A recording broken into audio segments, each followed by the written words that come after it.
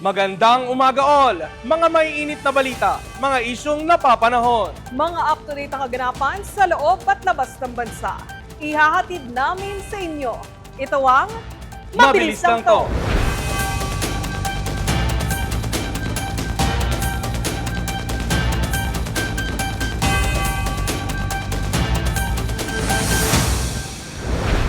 News update muna tayo. Nalinis na ang tone-toneladang basura sa Redemptorist Water Channel sa Baclaran, Parañaque City. Sa tala ng MMDA at Parañaque City LGU, umabot na sa 203 trucks o 748 metric tons ng basura ang nahakot sa 4 na araw na clearing operation.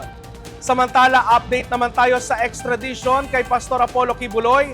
Sinusuri na ng DOJ ang mga dokumentong natanggap mula sa DFA. Kaugnay ng extradition request ng US government sa KOJC leader at 2 pang individual. Ayon sa Department of Justice, wala pang maibigay na timeline kung kailan maisasampa sa Regional Trial Court ang petition for extradition, pero tiniyak ng DOJ na alinsunod ito sa extradition treaty ng Pilipinas at US kung mapapatunayan nagkasala si Kibuloy sa ilalim ng batas ng Amerika. Hindi kabilang ang death penalty o capital punishment sa maaaring parusang ipataw sa kanya. Para naman sa lagay ng panahon ngayong araw, hindi makakaapekto sa bansa ang low pressure area na binabantayan ng Pag-asa sa labas ng PAR. Asahan naman ang pag-ulan dulot ng habagat sa Luzon at western section ng Visayas. Sa datos ng Pag-asa, huling namataan ng low pressure area 1,900 kilometers silangan ng extreme northern Luzon. Katamtaman na ang tsansa nitong maging bagyo sa susunod na magdamag. Sa projection ng Weather Bureau, kikilos ito palayo ng ating bansa pasilangan at hindi makakaapekto sa ating panahon. Iiral pa rin ang habagat sa Luzon at western section ng Visayas. Kaya asahan ang makulimlim at malalakas na pag-ulan habang ang maliwalas na panahon sa malaking bahagi ng Visayas at Mindanao naman ang iiral. Kaya't meron po tayong nakataas ngayon na heavy rainfall warning kung saan po ang Zambales at Bataan ay nasa orange heavy rainfall warning. Meanwhile, ito naman pong Tarlac, Pampanga, Bulacan, Metro Manila, Cavite, Batangas, Rizal, and some parts of Quezon ay nasa yellow heavy rainfall warning po. Ngunit sa malaking bahagi naman po ng Visayas and Mindanao, maaaring tirik po yung ating haring araw, especially pagsapit po ng tanghali hanggang hapon. Dahil nga po, dito po sa area na ito ay mahina po o hindi po sila apektado ng habagat. Hindi lang ulan ang sinisisi ng Malacanang sa pagbaha sa Metro Manila. Basura mismo ang itinuturing nitong pangunahing kalaban. Ito'y matapos matunghayan mismo ni Pangulong Bongbong Marcos na halos matabunan ng tone-toneladang basura ang Baclaran River o Redemptorist Water Channel sa Parañaque.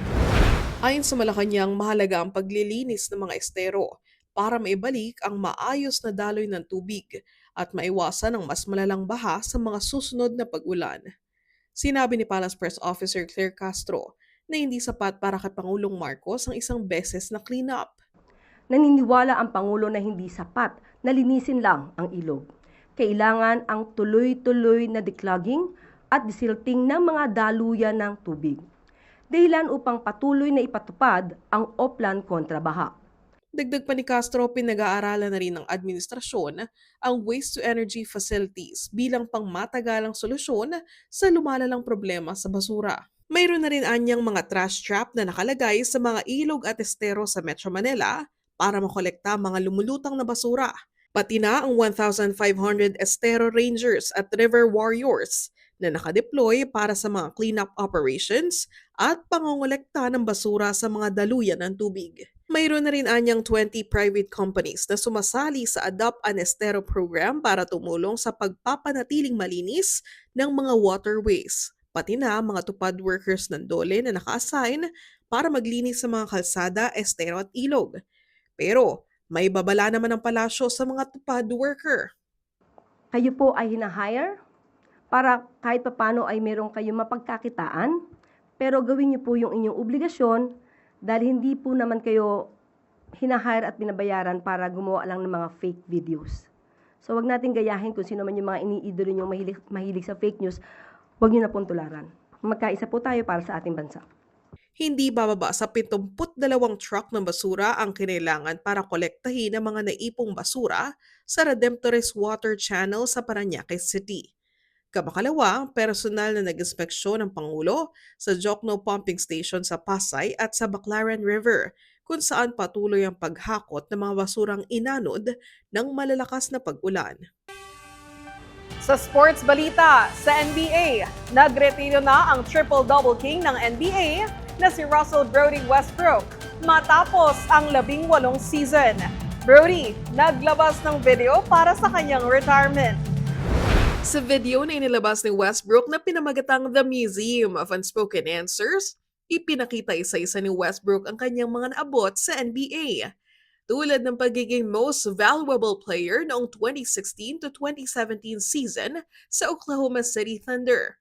Tumapos ang Thunder ng 47-35 win-loss card, pero napatalsik ng Houston Rockets sa first round ng playoffs. Matapos ang kanyang 11-year career sa OKC, dito na naging journeyman si Westbrook. Sacramento Kings ang kanyang huling koponan. Si Westbrook ang all-time leader sa triple-double sa NBA, Olympic gold medalist, 9-time NBA All-Star, 9-time All-NBA 2-time scoring champion, 2-time NBA All-Star MVP, at miyembro ng NBA 75th anniversary team.